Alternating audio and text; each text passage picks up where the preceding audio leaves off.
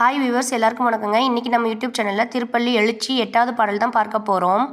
முந்திய முதல் நடு இறுதியுமானாய் மூவரும் அறிகிலர் யாவர் மற்றறிவார் பந்தனை விரலியும் நீயும் நின் அடியார் பழங்குடில் தொறும் எழுந்தருளிய பரனே செந்தழல் புரை திருமேனியும் காட்டி திருப்பெருந்துறையுரை கோயிலும் காட்டி அந்தணன் ஆவதும் காட்டி வந்தாண்டாய் ஆரமுதே பள்ளி எழுந்தருள் ஆயே. இந்த பாடலுக்கான விளக்கத்தை தான் நம்ம இப்போ பார்க்க போகிறோம்.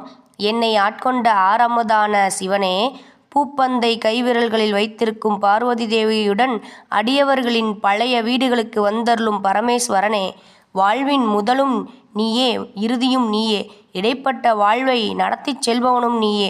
பிரம்மா, விஷ்ணு, ருத்ரன் ஆகிய மூவருமே உன்னை அறிய மாட்டார்கள் என்னும்போது மற்றவர்களால் உன்னை எப்படி அறிய முடியும்?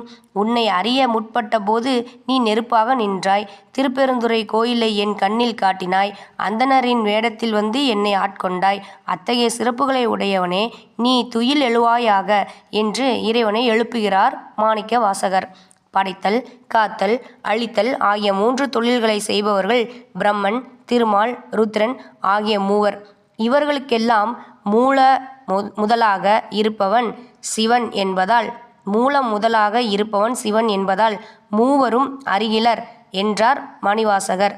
இறைவன் எளியவர்களின் பழைய வீடுகளிலும் எழுந்தருள்பவன் என்றது அவனின் நோக்கில் பக்தியே பிரதானம் என்பதை உணர்த்துவது.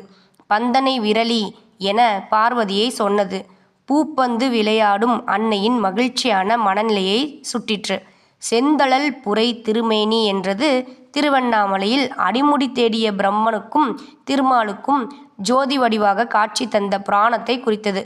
என்னங்க, இன்னைக்கு இந்த நிகழ்ச்சி பிடிச்சிருக்குன்னு நினைக்கிறேன். இந்த நிகழ்ச்சி பிடிச்சிருந்தா லைக் பண்ணுங்கள், கமெண்ட் பண்ணுங்கள், ஷேர் பண்ணுங்கள். மறந்துடாதீங்க வியூவர்ஸ், சப்ஸ்கிரைப் பண்ணுங்கள். பாய்.